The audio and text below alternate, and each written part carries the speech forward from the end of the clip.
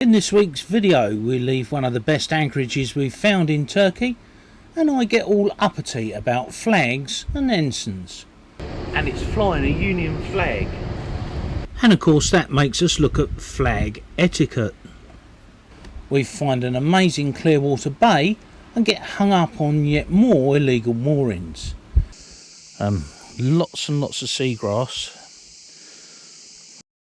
And we visit an outboard workshop where some of the engines are older than I am.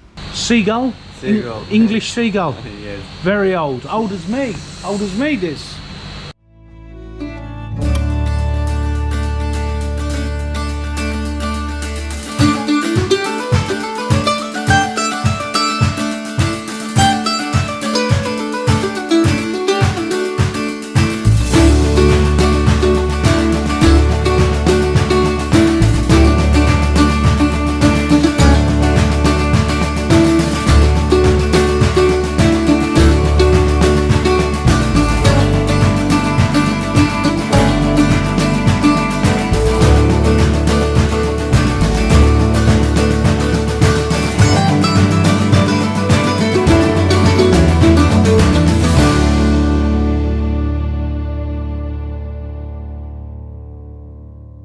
Just about to lift the dinghy when this happened. Now that's what you call close. I just turned round and he was literally under the dinghy. Hello mate. Hello mate. Scared him, he doesn't like clicks.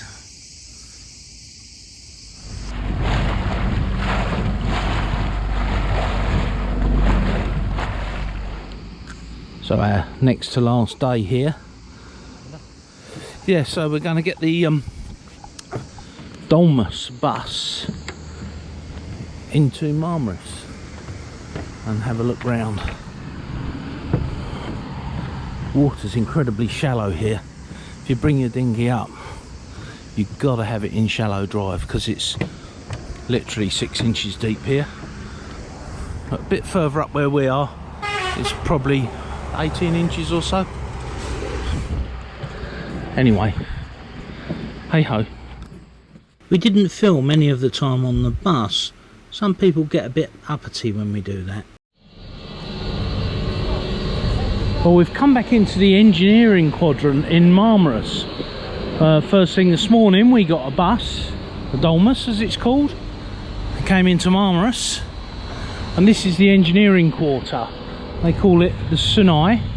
Most Turkish towns have one, and we're at the Yamaha service agent as David's clumped his engine prop on some rocks, or possibly caught a piece of rope round it, but the rubber cush inside is spinning inside the propeller.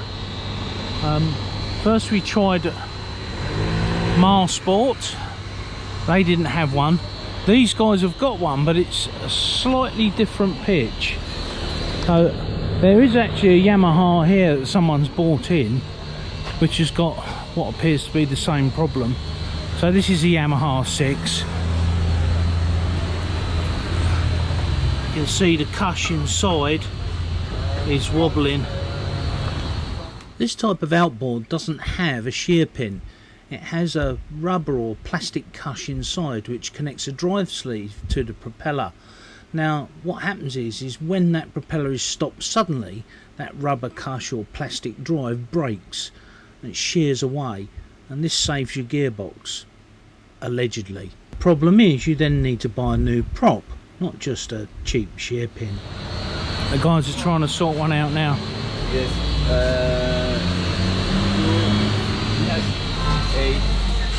Yeah. What size is that, David? 43. This is So this is Ahmet, he's just offered us a tea. It looks like we've got a propeller now. It's slightly different pitch. We've got tea, which is the good thing. So workshop, oh look, there's an old 2-stroke there, Yamaha 2-stroke. It's an 8. Crank some pistons out, look. And look at these, look. Okay. This your cost. Lots. The old Hondas, look. We had one of these. 2001 I bought one of those, and I sold it for more than I bought it for in 2018 when we left. Only about 30 quid more, but so Johnson 9.9 over the back there. Look, that's a 2-stroke. Old engine. Yeah, 2 strokes. Yes. Come here, please. Look at these. So a big 60 there. And he said, "Come here, please." He wants to show me something in here. Oh, look at this proper workshop. So they have a Elmco lathe. This is your motor. Yes. Old motor. Oh yeah, some real old ones there. Old mobile, yes. Seagull? Seagull. English seagull. Yes. Very old. Old as me. Old as me, this. Nice motor. Nice. Very simple, very simple. There's a block there, there's a turbo there, another 2-cylinder block there, another one there. Look at that. Lots and lots of equipment. Absolutely full. Got the shadow boards out, look. One day I'll do a video and show you why shadow boards are so good. It's about discipline and knowing where things are, being ready. Proper pre-planning prevents a piss poor performance. Right. It's good to see youngsters getting into this type of engineering as well, because I don't know what it's like where you are, but in the UK everybody seems to need a degree now just to wipe their own nose. This is where, you know, skills, life skills are used. So lovely workshop. These two guys are knowing what they're doing. Way to go.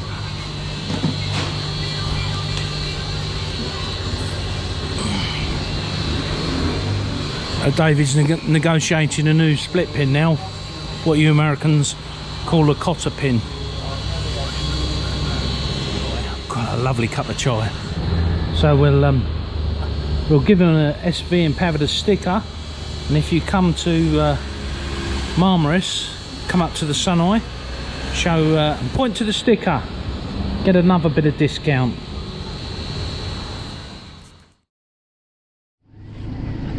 Get up so early. It's 4:30. why do we need to get up so early to leave?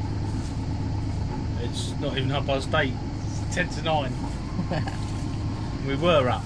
Oh, I was up at 6:30, but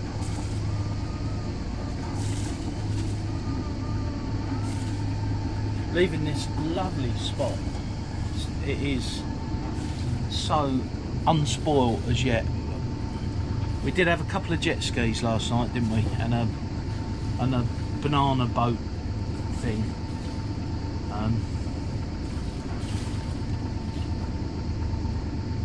But it's very quiet. Walking on the water over there, look. Already. Already. Friends of the Princess. There's those two yachts that are over there, one of which is yellow. One of them has got an ensign, and there's another one there who's flying a Union flag. Off See his those starboard from here. quarter, you can't see it. Well, it was, I think it was a westerly ocean. But yeah, flying a Union flag. We're moving on to Twin Bays today. As we call it. Can't remember what it's called now. It's already very hot.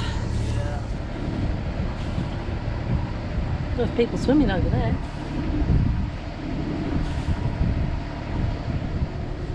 But there is a westerly and hanging, I think it's an ocean because it's a mid-cockpit. And it's flying a Union flag. He's flying a Union flag, which is completely wrong.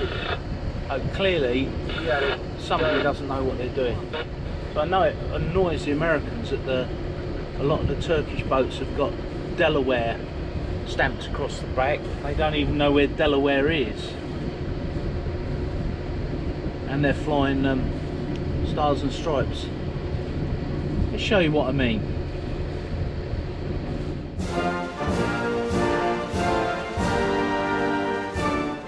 Those Americans among you will know the correct flag to fly on an American boat is the Stars and Stripes. That's naval, commercial and of course privately owned yachts and boats. On the jack staff at the bow of the boat, a jack flag can be flown. Generally in the United States, that's just the stars portion of the American national flag.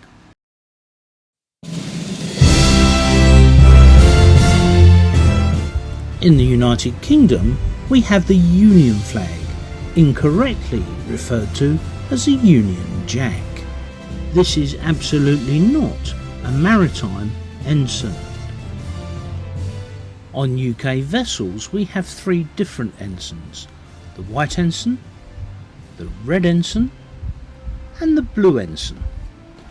Both the blue and the red ensign have a number of variants, and these are called defaced ensigns. Generally, the blue defaced ensigns are only to be raised on vessels that warrant their use. For example, members of the British Cruising Association or the Army Sailing Club. Now, while you may be perfectly entitled to fly a blue ensign, I'd say that you're better to fly the red one, as it's internationally recognised and some of the blue ones aren't outside UK waters. Now, I've only skimmed the surface of who can fly what colour ensign, but generally these are the rules. UK vessels can also fly on the jack staff the Union flag, and it's this which gives the Union Jack its incorrect title. It's the Union flag, not the Union Jack. I've only skimmed the surface of white, red and blue ensigns and some of those which have been defaced. If you'd like to know more about flag etiquette, then say so in the comments below and we'll do a whole video.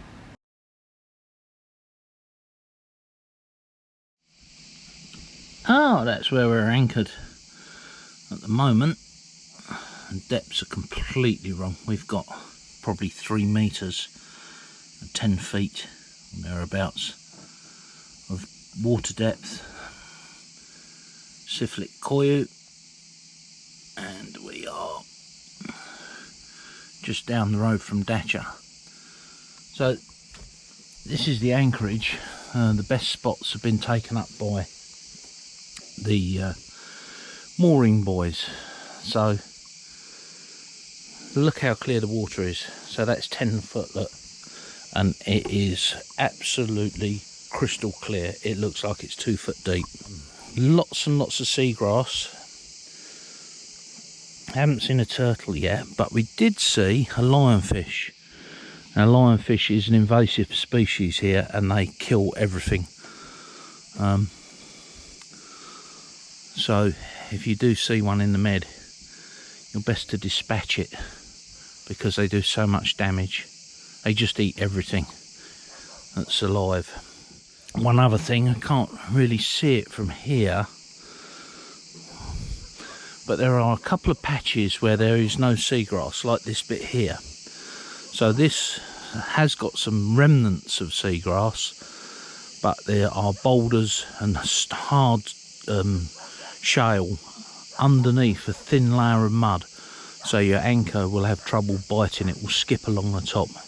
You have to dive your anchor here and make sure it's okay. A good job we did with David's boat yesterday, because he'd picked up another one of those old moorings.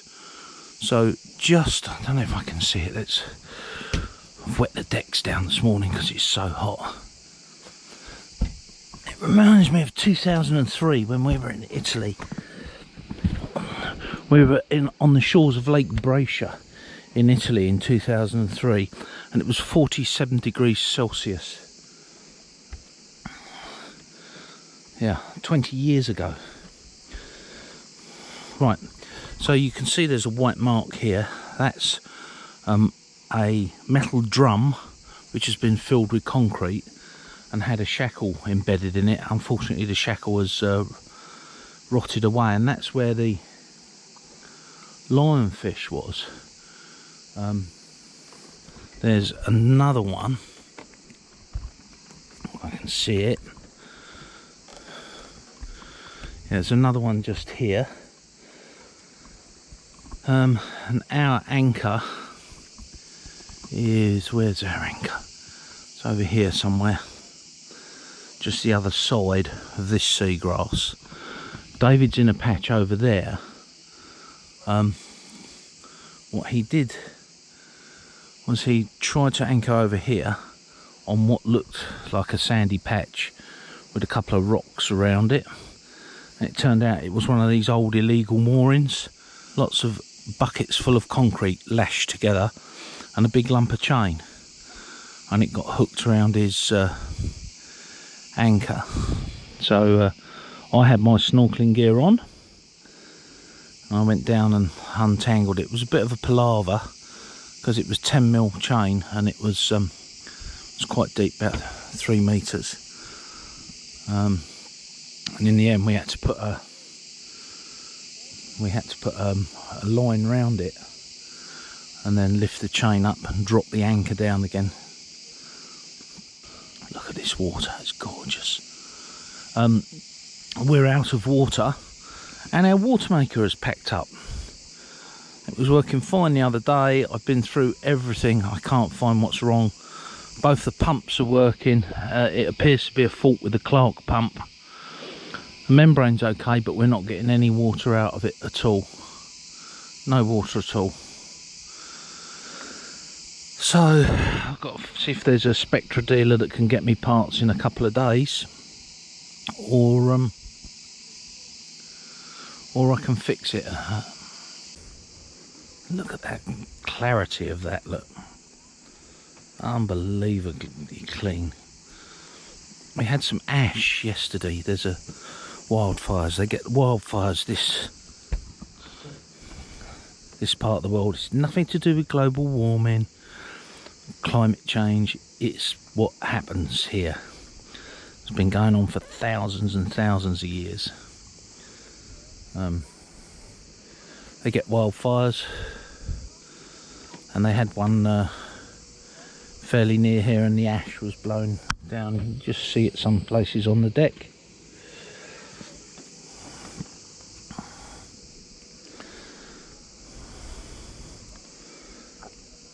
Yeah, there's that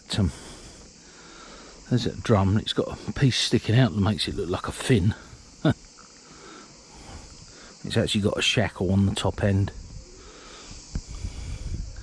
And I think just over here, where you can't see, I've got Polaroid glasses on so I can see through the water. Just see there's maybe a little bit of blue there. That's where the illegal mooring is. So if you come here, be careful where you anchor. Make sure you dive your anchor, check your anchor, snorkel it, make sure it's dug in well. Don't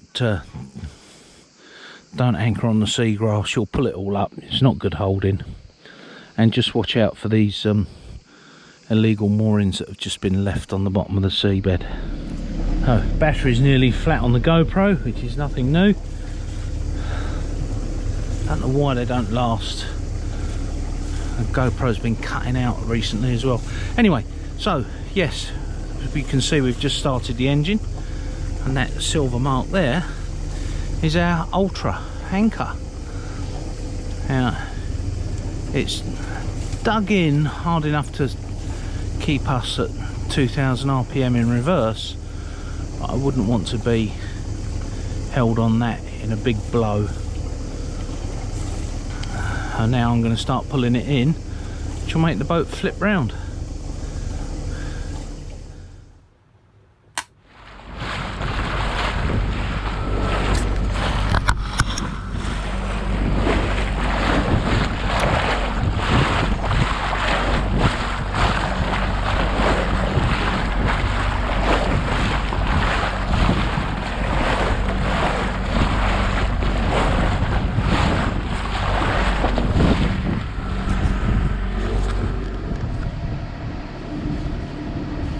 I've seen some unusual flags out here though, I must say.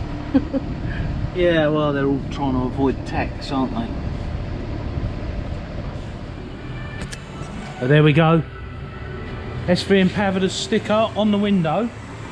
So if you come here, say hi to the guys, point out the fact that you're an SV Impavidus subscriber. Hello, a pretty young lady on a paddle board over there. Who says we don't have clickbait? And a chap over there doing press-ups on his paddle board. I bet she's impressed. Hey ho.